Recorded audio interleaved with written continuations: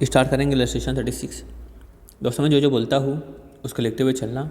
Exhaustive illustration है, maximum चीज़ें इसमें कवर है। तो from the following information calculate cash flow from operating activity.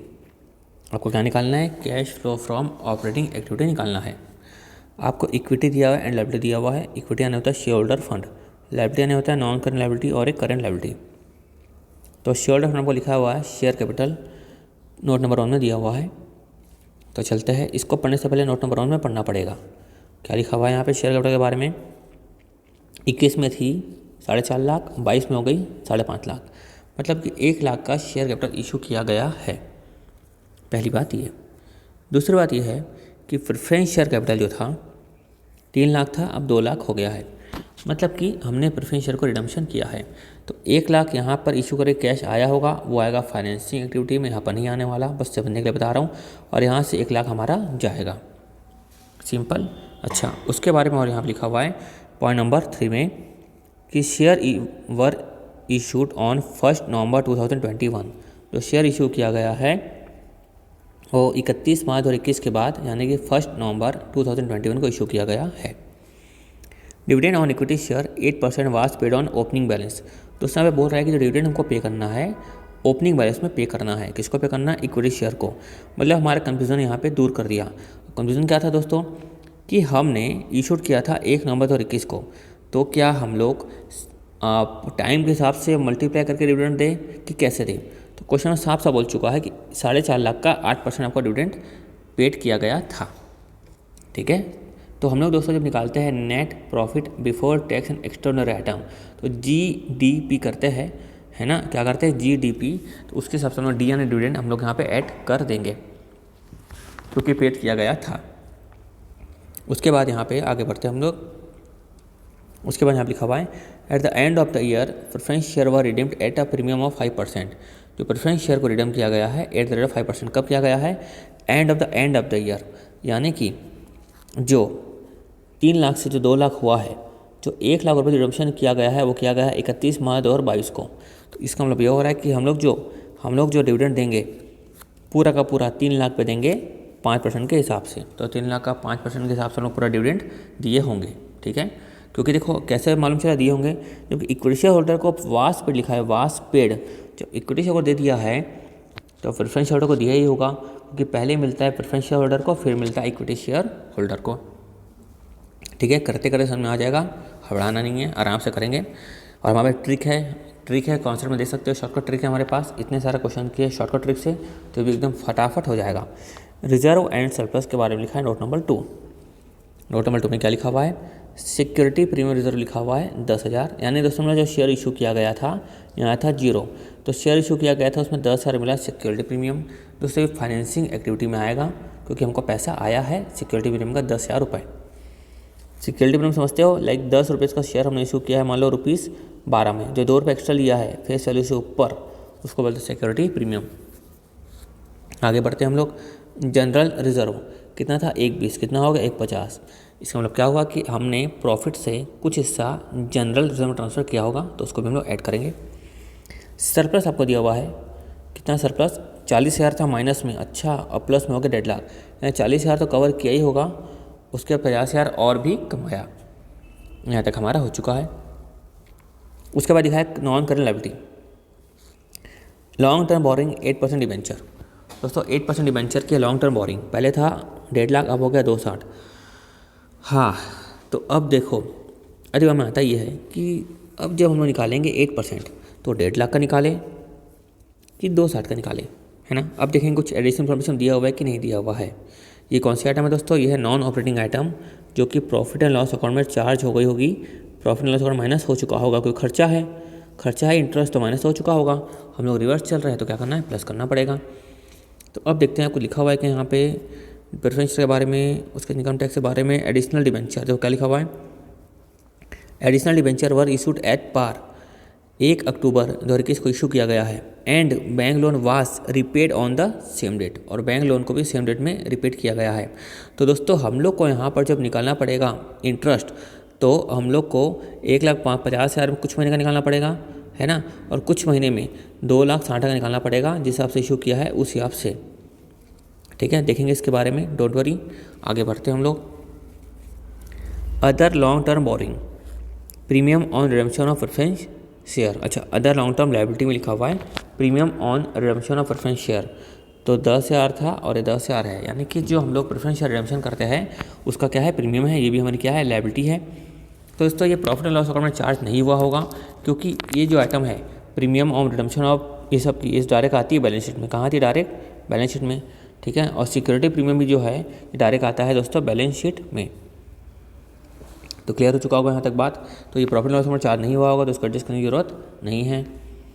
उससे लिखा है शॉर्ट टर्म बोरिंग। तो शॉर्ट टर्म बोरिंग कितनी लिखी हुई है, 50,000 से हो गए 40,000, तो 10,000 का जो हमने पेमेंट किया है वो फाइनेंशियल एक्टिविटी में आया होगा हमको, लेकिन यहाँ पे फाइनेंशियल एक्टिविटी बनाने की ज़रूरत नहीं है, वो सिर्फ बनाना है ऑपरेटिंग एक्टिविटी, ठीक है। ये बात हो गई। अब 8% जो है लोन, उस पर 50 में निकाले कि 40 में निकाले, तो इसलिए यहाँ पे क्वेश्चन में साफ साफ बोल दिया है कि हमने जो 1 अक्टूबर को ही हमने बैंक का लोन क्या किया था, रिपीट किया था, है ना। तो हम लोग उस हिसाब से क्या निकालेंगे दोस्तों, अपना इंटरेस्ट निकालेंगे। ट्रेड पेबल के बारे में दिया हुआ है, अदर करंट लायबिलिटी दिया हुआ है, उसमें लिखा हुआ है premium on redemption of preference share, ठीक है, इसमें कोई प्रॉब्लम नहीं है, डायरेक्ट आता है बैलेंस शीट के थ्रू। शॉर्ट टर्म प्रोविजन या प्रोविजन फॉर टैक्स लिखा हुआ है यहाँ पे, 40 था ओपनिंग, क्लोजिंग है 50, ठीक है। अब इसके बारे में कुछ इन्फॉर्मेशन दी हुई है क्या टैक्स के बारे में, during the year part of the machinery, ये डेप्रिसिएशन प्रोवाइडेड, ये लिखा हुआ है। इनकम टैक्स प्रोवाइडेड 45,000, यानी कि दोस्तों आपका यहाँ पर ओपनिंग था 40, क्लोजिंग है 50, ओपनिंग था 40, क्लोजिंग है 50, और आपने ओपनिंग तो था इस साल आपने, और इनकम टैक्स का प्रोवाइड किया 45,000 रुपये का, ठीक है। तो उसके सब लोग क्या बनाएंगे दोस्तों, अकाउंट बनाएंगे। आगे बढ़ते हैं, उसका देखते हैं नॉन करेंट एसेट के बारे में। Plant property and equipment and intangible asset. Plant property and equipment opening था 26, क्लोजिंग है 860। उसके बाद इंटेंजिबल एसेट दिया हुआ है गुडविल के बारे में, ओपनिंग था 40, क्लोजिंग है 15, यानी कि इसमें क्या किया होगा, अमोर्टाइजेशन किया होगा, अमोर्टाइजेशन किया होगा। और जो प्लांट प्रॉपर्टी एंड इक्विपमेंट है इसके बारे में यहाँ पे दिया हुआ है कि during a year a part of machinery costing 60,000 which on with depreciation charge was 20,000 was sold for 20,000, यानी कि कॉस्टिंग कितनी है दोस्तों, 60,000 की, उसमें डेप्रिसिएशन लग चुका है कितने का, 20,000 का, यानी कि 40,000 का आपने बेचा है 20,000 रुपये में, यानी कि 20,000 का आपको हुआ है लॉस। हम अकाउंट बनाएंगे, क्लियर हो जाएगा। उसके बाद आगे बढ़ते हैं हम लोग। यहाँ लिखा हुआ है depreciation provided on plant property and equipment ₹60,000, यानी जो प्लांट प्रॉपर्टी इक्विपमेंट है इसमें 60,000 का क्या लगा है, डेप्रिसिएशन लगा है। आगे बढ़ते हैं, नॉन करेंट इन्वेस्टमेंट 80 था, 125 हो गया, हमने परचेस किया होगा, परचेस किया होगा तो ये इन्वेस्टिंग एक्टिविटी का पार्ट बन जाएगा, क्योंकि इन्वेस्टमेंट किया है तो वहाँ पर आ जाता है आउटफ्लो। अब करेंट सेट यहाँ पर दिया हुआ है, current investment and cash and cash equivalent, इसका ध्यान रखना है। जब क्वेश्चन बनाएंगे यहाँ पे फुल फ्लैश वाला, तो वहाँ पर जब हम करते हैं कैश एंड कैश इक्विवेलेंट, वहाँ पर करेंट इन्वेस्टमेंट को ऐड करते हैं, यानी कि जो करेंट इन्वेस्टमेंट है वो करेंट लायबिलिटी का पार्ट नहीं बनेगा, ध्यान देना। जो करेंट इन्वेस्टमेंट है ये वर्किंग कैपिटल का पार्ट नहीं बनेगा, यानी कि यहाँ पे करेंट एसेट में नहीं आएगा। तो करेंट इन्वेस्टमेंट करेंट एसेट में नहीं आएगा, वो कहाँ पे आता है, कैश एंड कैश इक्विवेलेंट में आता है। कहाँ आता है वो, कैश एंड कैश इक्विवेलेंट में। तो हमारा सिर्फ और सिर्फ ये दो ही होगा हमारा वर्किंग कैपिटल, ठीक है। अब क्वेश्चन हम लोग सॉल्व करते हैं, हमको हमारा तरीका मालूम है, हम क्वेश्चन को एकदम तोड़ के पढ़ते हैं, है ना, तो उस हिसाब से हम लोग करते हुए चलेंगे। क्वेश्चन सॉल्व कराता हूँ आपको।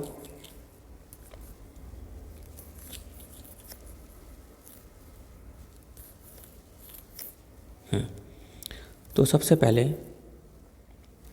हम लोग स्टार्ट करते थे cash flow from operating activity, ठीक है। हम लोग क्या लिखते थे, हम लोग सबसे पहले हाँ, net profit before tax and extraordinary item.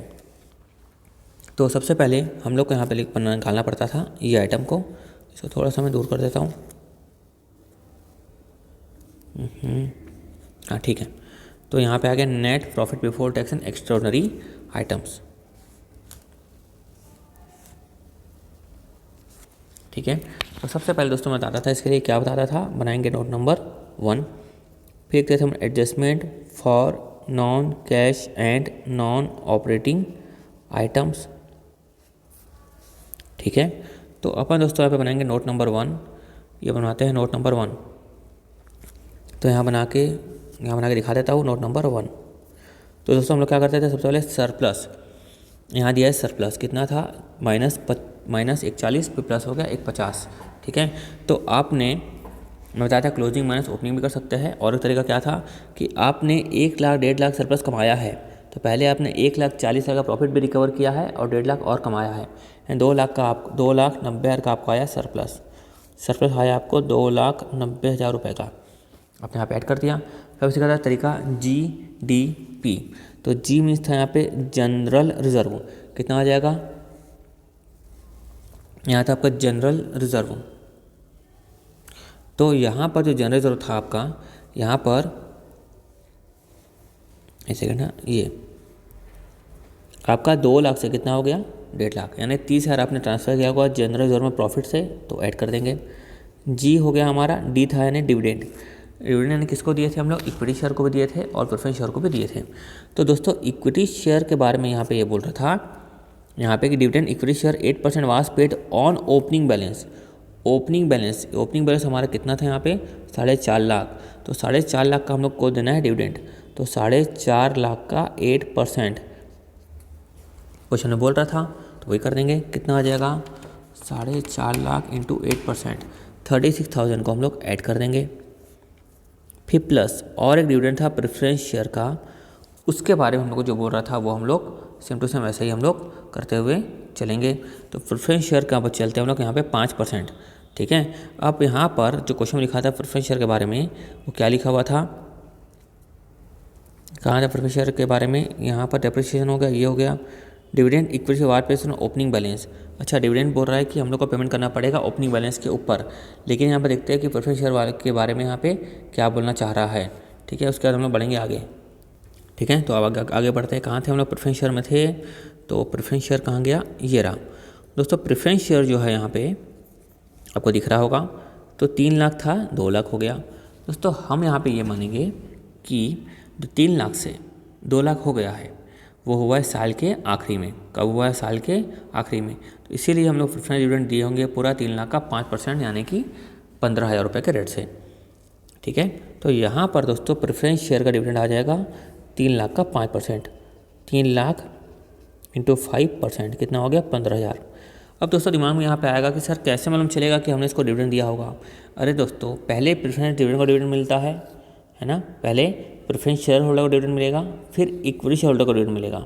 अब जब हमने इक्विटी शेयर होल्डर को डिविडेंड दे दिया है तो प्रेफरेंस शेयर को दे ही दिया होगा, ठीक है। ये क्या है, लॉ के अकॉर्डिंगली काम होता है ना, कंप्लाइज करना पड़ता है, पहले प्रेफरेंस शेयर को फिर इक्विटी शेयर होल्डर को, तो इसका मतलब है कि दिया ही होगा, कोई प्रॉब्लम वाली बात नहीं है। तो दोस्तों यहाँ पे हो गया जी, ये हो गया था डी। अब होता था पी यानी क्या होता है दोस्तों, प्रोविजन फॉर टैक्स के बारे में हम लोग पढ़ते थे, ठीक है। तो हम लोग देखेंगे इस क्वेश्चन में क्या प्रोविजन फॉर टैक्स के बारे में कुछ दिया हुआ है कि नहीं दिया हुआ है। तो यहाँ पर आपको लिखा हुआ है प्रोविजन फॉर टैक्स के बारे में 50 और 40, क्या इसके बारे में कुछ एडिशनल इन्फॉर्मेशन दी हुई है। अगर एडिशनल इन्फॉर्मेशन दी रहेगी तो क्या बनेगा, अकाउंट बनेगा। ये लिखा है देखो, इनकम टैक्स प्रोवाइडेड वाज 45,000, तो इसका मतलब दोस्तों यहाँ पे हो रहा है कि यह है provision for tax during the year, provision for tax during the year. दोस्तों इसके जस्ट पिछले क्वेश्चन में, पिछला क्वेश्चन कौन सा था 35, उसको भी आप अच्छे से देख लेना, क्योंकि वहाँ पर क्या था, टैक्स पेड दिया हुआ था, यहाँ पे दिया है प्रोविजन फॉर टैक्स डायरेक्टली। तो डायरेक्टली हम लोग क्या करेंगे दोस्तों, प्लस कर देंगे, तो प्रोविज़न फॉर टैक्स 45,000 को प्लस कर देंगे, ठीक है। तो सॉल्यूशन हो जाएगा हमारा, तो 2,90,000 है ना, और उसको दिया हुआ है नहीं, प्लस 30,000 प्लस 36,000 प्लस 15,000 प्लस 45,000, कितना आ गया 4,16,000। तो यहाँ पे आ जाएगा अपना 4,16,000 का profit before tax and extraordinary item, ठीक है। ये आ गया अपना 4,16,000। अब आगे बढ़ते हैं हम लोग adjustment for non cash and non operating items की तरफ। दोस्तों हम लोग को याद है, हम लोग सिखाया था आप लोगों को यहाँ पे नॉन कैश के लिए क्या क्या आता है, डेप्रिसिएशन, प्रोविज़न और अमोर्टाइजेशन। तो दोस्तों यहाँ पर सिर्फ क्या है, डेप्रिसिएशन है, और क्या है दोस्तों यहाँ पे अमोर्टाइजेशन है। तो डेप्रिसिएशन हम लोग उसको यहाँ पे निकाल लेंगे, ठीक है। तो देखते हैं कैसे कैसे आपको डेप्रिसिएशन निकालना पड़ेगा। यहाँ पर आप बनाएंगे डेप्रिसिएशन की तरफ। तो यहाँ पर क्वेश्चन में कुछ बोल रहा है क्या, देखो यहाँ पर लिखा हुआ है साफ साफ कि depreciation provided on property plan and equipment ₹60,000। यहाँ खुद बोल रहा है कि हमने डेप्रिसिएशन लगाया था 60,000 रुपये का। दोस्तों 60,000 का डेप्रिसिएशन लगाया था, उसको हम लोग कर देंगे दोस्तों ऐड, तो माइनस हो चुका होगा, मैं कर दूंगा ऐड। तो डेप्रिसिएशन का काम खत्म हो गया। अब देखेंगे अमोर्टाइजेशन। तो अमोर्टाइजेशन गुडविल कितनी थी 40, अब कितनी हो गई 15। तो गुडविल का क्या हुआ दोस्तों, अमोर्टाइजेशन हुआ है कितने की 25,000 की। तो अमोर्टाइजेशन ऑफ गुडविल हो गया 25,000। अब देखते हैं हम लोग उसका नॉन ऑपरेटिंग आइटम। तो नॉन ऑपरेटिंग आइटम में हम लोग को क्या देखे थे हम लोग कि जो ऑपरेटिंग वाली आइटम नहीं है और जो प्रॉफिट एंड लॉस अकाउंट में चार्ज हो गई होगी। तो दोस्तों हम लोग को यहाँ पर, अच्छा ये आपका हो चुका होगा, ये इसको मैं हटा देता हूँ। तो दोस्तों यहाँ पर लिखा हुआ था कि during the year a part of machinery जिसकी कॉस्टिंग थी 60,000 रुपये की, जिसमें कि डेप्रिसिएशन चार्ज हो चुका था 20,000 रुपये का, ठीक है, या और उसको बेचा गया कितने में 20,000 रुपये में। तो दोस्तों यहाँ पर हमको साफ साफ दिख रहा होगा कि 60,000 की कॉस्टिंग थी 60,000, ठीक है, माइनस कर देंगे डेप्रिसिएशन कितने का था 20,000 की। तो इसकी जो बुक वैल्यू थी कितनी थी 40,000, और आपने सेल किया कितने में 20,000 रुपये में। तो सब 20,000 का आपको हुआ लॉस, आपको लॉस हुआ 20,000 रुपये का। तो आपको 20,000 का लॉस हुआ दोस्तों। तो यहाँ पर प्रॉफिट एंड लॉस अकाउंट में चार्ज हो चुका होगा, तो loss on sale of machinery. तो प्रॉफिट एंड लॉस अकाउंट में क्या हो चुका होगा, माइनस हो चुका होगा। तो प्लस कर देंगे, यहाँ पे कर देंगे प्लस 20,000। आगे बढ़ते हैं यहाँ तक हो चुका है हमारा। अब आगे बढ़ते धीरे से। अब देखते हैं क्या और कुछ यहाँ पे दिया हुआ है क्या कि नहीं दिया हुआ है। तो हम लोग को ऐसी आइटम जो नॉन ऑपरेटिंग है, जो profit and loss account charge हो गई होगी, यहाँ पर दिख रहा था। और आपको दिख रहा था यहाँ पे मशीन का काम हो गया, डेप्रिसिएशन का काम हो गया, शेयर इशूड का काम हो गया, डिविडेंड का भी काम हो गया, इनकम टैक्स का भी काम हो गया, ठीक है। इसका अकाउंट बनाना पड़ेगा हम लोग को देखा जाए तो, क्योंकि टैक्स पेड निकालना है उसके लिए। एडिशनल डिबेंचर, ये देखो डिबेंचर के बारे में हम दिमाग चलाना पड़ेगा, क्योंकि इसका हम लोग को interest profit and loss account में चार्ज हम लोग किए होंगे। तो देखते हैं इंटरेस्ट ऑन डिबेंचर के लिए कि कैसा हम लोग को करना पड़ेगा। तो यहाँ पर आगे चलते हैं, 1 मिनट, यहाँ पर आते हैं अपन, कहाँ गया ये 260 और 150। दोस्तों मैं यहाँ पर समझा रहा हूँ 260 और 150, यहाँ नीचे आता हूँ मैं। ये था 150, फिर हो गया कितना 2,60,000, ठीक है। इसका मतलब क्या हो रहा है, आप इसको कई तरह से सॉल्व कर सकते हो। आपने एडिशनल डिबेंचर कब इशू किया, 1 अक्टूबर को इशू किया, यानी कि अप्रैल मई जून जुलाई अगस्त सितंबर, 6 महीने बाद। दोस्तों ये ऐसा समझ सकते हैं, आपका ओपनिंग कितना था 1.5 लाख का था ओपनिंग, आपका क्लोजिंग हो गया 2,60,000 का हो गया क्लोजिंग। आपने 1 अक्टूबर, आपने यहाँ पे लिख देता हूँ मैं, 1 अक्टूबर 2000, ईयर कौन सा दिया हुआ था यहाँ पे 2021 को आपने एडिशनल इशू किया, कितने का इशू किया होगा आपने 1,10,000 का इशू किया होगा, ठीक है। तो जब 1,10,000 का इशू किया होगा, तो यहीं पर ही जब इशू किया था 1,10,000 का, ये 1,10,000 का इशू किया था, तो यहीं पर ही कितना हो चुका है 2,60,000 हो चुका है। यानी कि दोस्तों 1,50,000 का इंटरेस्ट निकलेगा यहाँ तक, 1,50,000 का इंटू रेट ऑफ इंटरेस्ट कितना था 8% था क्या, कहाँ चले गया 8%। बुक में देख लेता हूँ 1 सेकंड। हाँ यहाँ पर लॉन्ग, हाँ 8% था ना, ठीक है। दोस्तों जो 8% था यहाँ पर, तो 1,50,000 का 8%, क्या यहाँ पे पूरे साल भर का लगेगा, नहीं, यहाँ पर लगेगा हमारा 6 महीने का इंटू 6/12। और बाकी यहाँ 2,60,000 का हो चुका था, तो 2,60,000 का 8% इंटू 6/12, ठीक है। ऐसा आप करेंगे, ये तरीका हो सकता है। और एक तरीका आप चाहो तो ऐसा भी कर सकते हो। देखो 1,50,000 था, है ना, तो हम मानेंगे 1,50,000 को आपने पूरा का पूरा 8% के रेट से पूरा साल भर का उपयोग किया, प्लस आपने एडिशनल इशू किया था 1,10,000 का, उसका भी आपने 8% के रेट से कितने महीने के लिए यूज़ करेंगे आप? 6 महीने के लिए, क्योंकि 1,10,000 को इशू किया था आपने यहाँ पर। तो ऐसा भी कर सकते हैं कि 2,60,000 है, इसमें से 1,50,000 ऐसा था जो हमने साल भर का यूज़ किया, और इसमें जो 1,10,000 था वो ऐसा था जिसको हमने 6 महीने में यूज़ किया।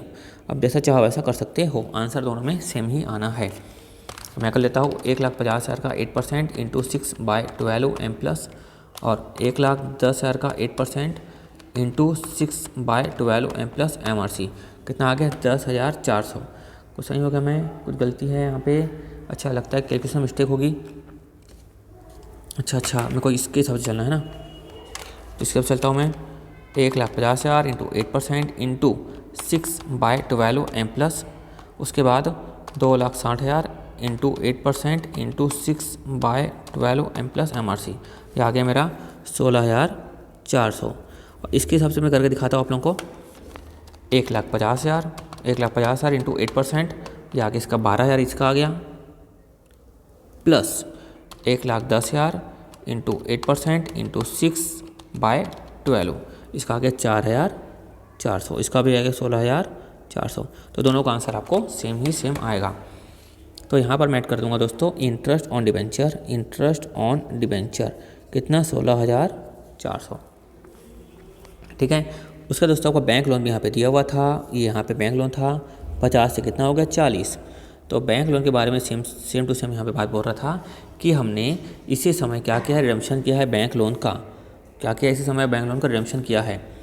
यानी कि दोस्तों उसका भी सेम टू सेम कर देंगे हम लोग। देखो एक सेकंड, हाँ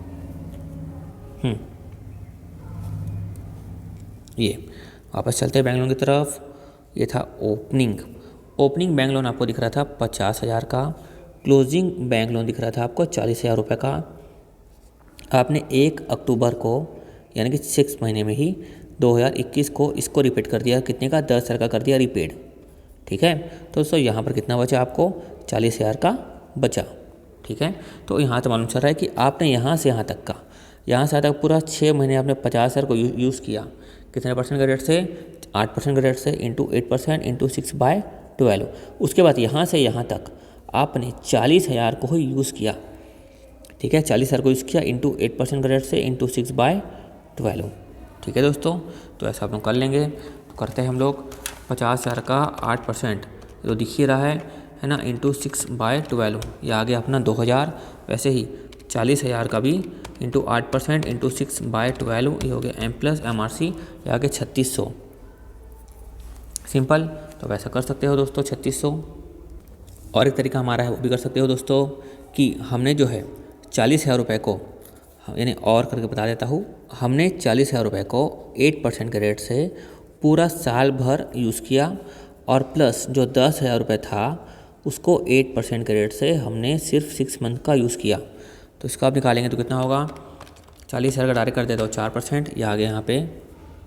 अच्छा, यहाँ पे पूरा 12 मंथ है ना, तो 40,000 का इंटू कर देता हूँ 8%, ये आ गया हमारा 3,200, प्लस यहाँ पे 10,000 था, तो 10,000 इंटू 8% इंटू 6/12, ये हो गया हमारा 400, ये आ गया 3,600।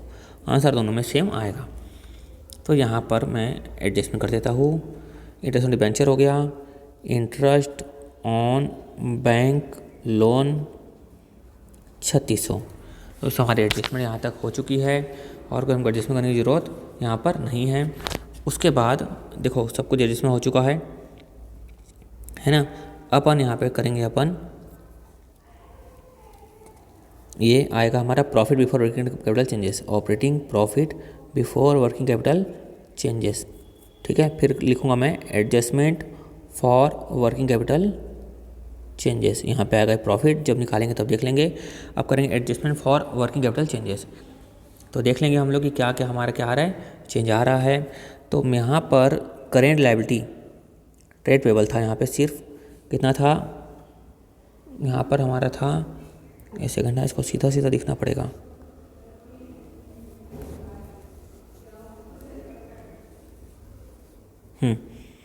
यहाँ पर जो था ट्रेड पेबल, यहाँ पर 95 से हो गया 110, बुक में देख लेते हैं एक बार अच्छे से। ट्रेड पेबल 95 से हो गया 110, बिल्कुल। तो यहाँ पे क्या हो गया? इंक्रीज़ हो गया। तो इंक्रीज़ इन ट्रेड पेबल, जब 95 से हमारा हो चुका है 110, यहाँ पर 55 होगा 1/10, तो इंक्रीज हो चुका है तो प्रॉब्लम नहीं है, प्लस कर देते हैं, करंट लायबिलिटी बराबर चलती है, नो प्रॉब्लम। उसके बाद अदर करंट लायबिलिटी था premium on redemption of preference share, ये यहाँ पे नहीं आएगा। शॉर्ट टर्म प्रोविजन पर टैक्स में आएगा। और ये शॉर्ट टर्म जो बैंक से बोरोइंग है ये फाइनेंसिंग एक्टिविटी का पार्ट मानेंगे दोस्तों, क्योंकि पैसे का हम लोग अरेंजमेंट कर रहे हैं। आगे बढ़ते हैं। यहाँ पे कहते हैं इन्वेंट्री दिया हुआ है, ट्रेड रिसीवेबल, दो ही चीज़ यहाँ पे आएगी। इन्वेंट्री कितनी थी, 1/10 से हो गई 95, तो इंक्रीज इन इन्वेंट्री यानी करेंट एसेट इंक्रीज हो गई तो क्या कर देंगे, डिक्रीज कर देंगे 95,000। ट्रेड रिसीवेबल क्या था, 2 लाख का था, 2 लाख, अच्छा ट्रेड रिसीवेबल बराबर था क्या, कोई दिक्कत ही नहीं है, तो ट्रेड रिसीवेबल कुछ करेंगे ही नहीं, कुछ हुआ ही नहीं है। जो भी आएगा माइनस कर देंगे हम लोग टैक्स पेड, इसका हम लोग उसको अकाउंट बनाना पड़ेगा तब मालूम चलेगा कितना टैक्स का पेमेंट हुआ। ठीक है, इस फिलहाल वो निकाल लेते हैं हम लोग। यहाँ पे आएगा, उसको बोलेंगे हम लोग cash generated from operating activity. ठीक है, तो यहाँ पर 4,16,000 plus 60,000 plus 25,000 plus 20,000 plus 16,400 plus 3,600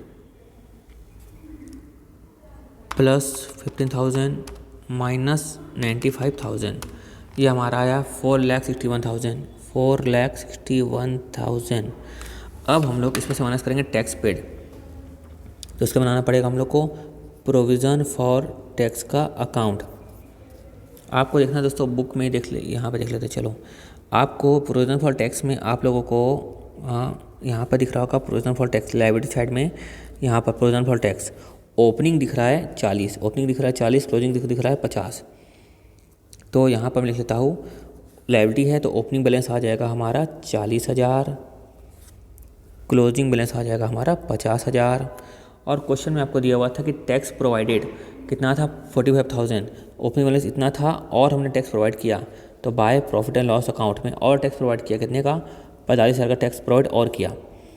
दोस्तों 40 और 45 कितना 85 होना चाहिए, तो कितना है क्लोजिंग बैलेंस 35 है। क्यों है, क्योंकि हमने टैक्स को पेमेंट किया होगा, तो बाय बैंक टैक्स का पेमेंट किया, कितना किया यहाँ पे 95,000 लिख देता, सॉरी 85,000, 4 4 8 85,000 आपने 35,000 का टैक्स पेमेंट किया होगा, यह है आपका बैलेंसिंग फिगर। ठीक है, तो यहाँ पर टैक्स पेड करेंगे 35,000 का, ये 35,000 का आपने किया टैक्स पेमेंट, ये कर दिया माइनस में, तो आपका आ जाएगा cash flow from operating activity, आ गया मेरा 4,26,000। ठीक है, सिंपल। अब आपको कहीं ना कहीं डाउट होगा, मैं बताते चलता हूँ कहाँ डाउट हो सकता है आपको, इसमें डाउट नहीं होगा। ये आएगा फाइनेंसिंग एक्टिविटी में जो शेयर इशू वगैरह हुआ है, रिजर्व सरप्लस तो यहीं पे आएगा। लॉन्ग टर्म बोरिंग जो एक्स्ट्रा इशू हुई थी फाइनेंसिंग एक्टिविटी में आएगी। अदर लॉन्ग टर्म बोरिंग यानी कि premium on redemption of preference shares, दोस्तों ये डायरेक्ट बैलेंस शीट में आता है तो यहाँ पर एडजस्टमेंट नहीं होगा।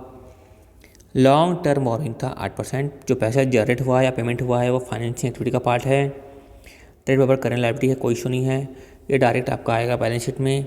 लॉन्ग टर्म प्रोविजन का यहाँ पर एडजस्टमेंट हो चुका है, इन सब में बाकी कोई तकलीफ नहीं होनी चाहिए, कुछ था भी नहीं। उसके बाद यहाँ पर ये लिखा था at the end of the year preference share were redeemed at a premium of 5%, ये बैलेंस शीट के आइटम है। और रिडम्पशन करेंगे, रिडम्पशन जो पैसा गया होगा वो फाइनेंसिंग एक्टिविटी माइनस करके आएगा। एडिशनल डिबेंचर इशूड जो पैसा इसका आया होगा फाइनेंसिंग एक्टिविटी में शो होगा। ठीक है, बाकी तो इसमें कोई दिक्कत नहीं होगी। शेयर जो इशू किया गया था 1 नवंबर 2021 को, पैसा आया होगा फाइनेंसिंग एक्टिविटी में दिखेगा पूरा का पूरा जितना आया होगा।